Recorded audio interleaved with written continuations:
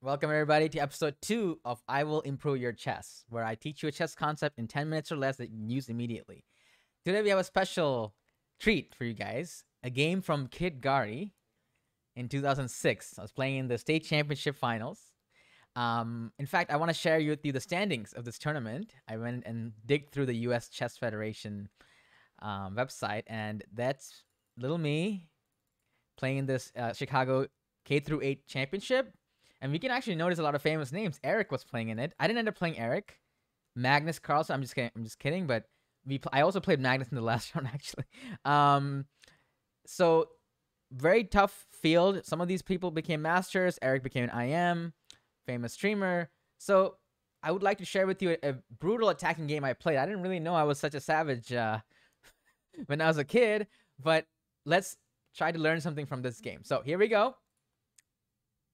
I'm playing white against Chen, Byron. Here we go.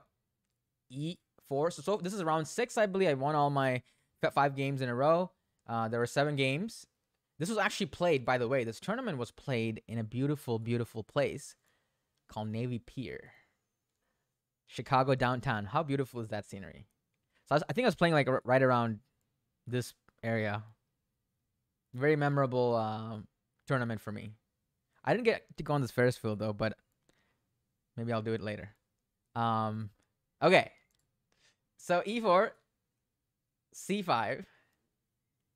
And my specialty was to play a close Sicilian because I thought the kids didn't know how to play against it. Knight C6 and G3, not playing the D4 move in the opening, but instead going for a prolonged battle. G6, fianchettoing me back. Bishop G2 and Bishop G7. D3. E6. He wants to play Knight E7, which is another way to play these kind of positions.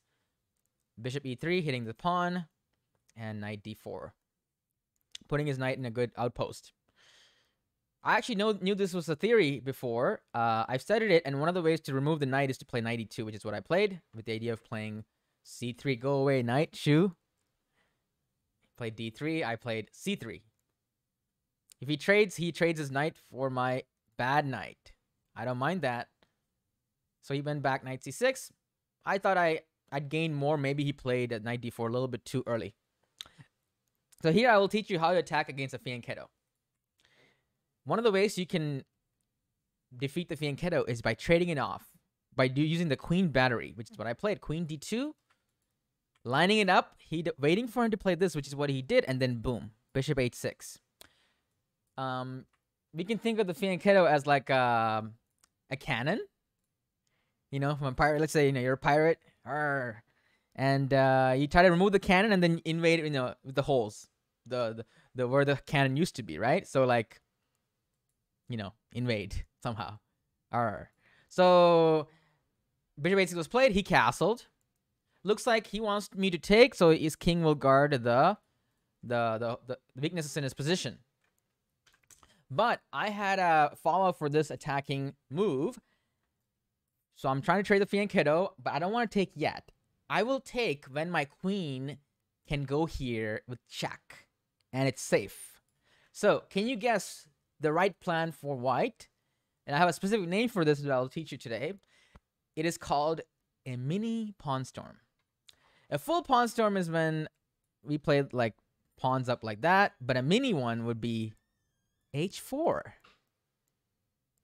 With the idea of just pushing one pawn, just like my Toyota Prius. Very efficient, 50 miles a gallon. Just, we get the most bang for our buck here. 1, 2 moves of the pawn, and suddenly we have an open rook. We blow open this position. So, for example, let's pretend black just, went about his business and ignored what I was going to do. There, he plays his own attack. He pawn storms from the queen side.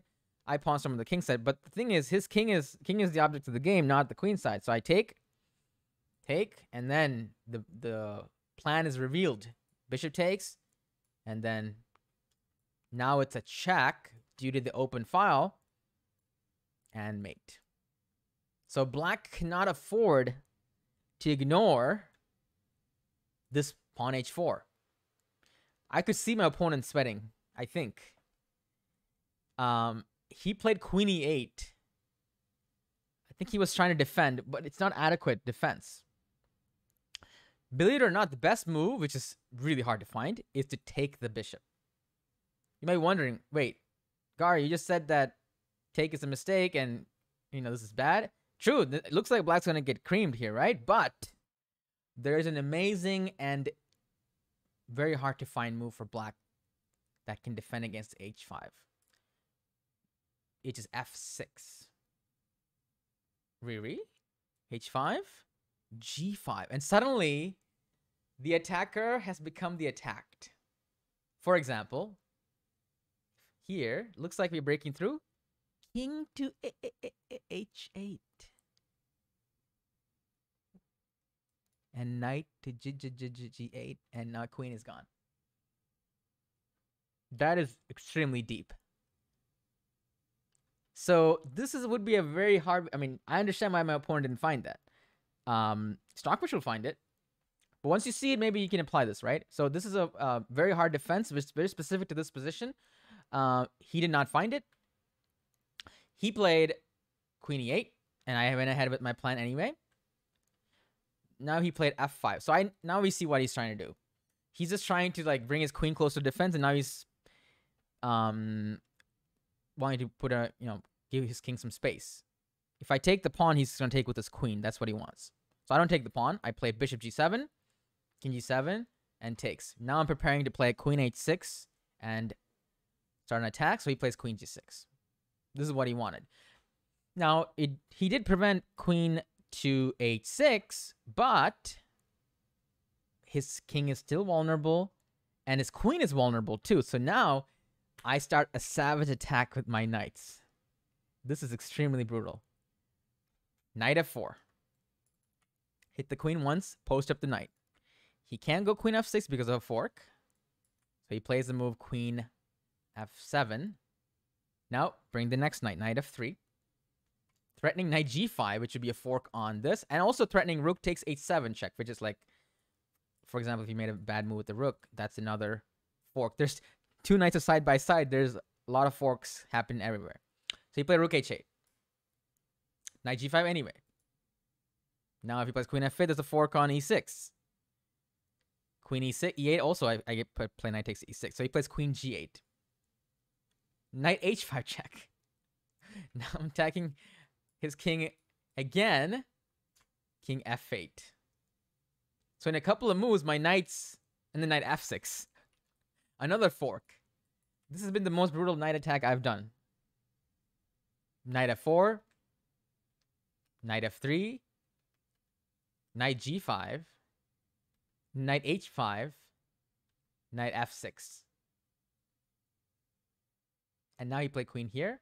I took another knight move. Knight takes h7 check.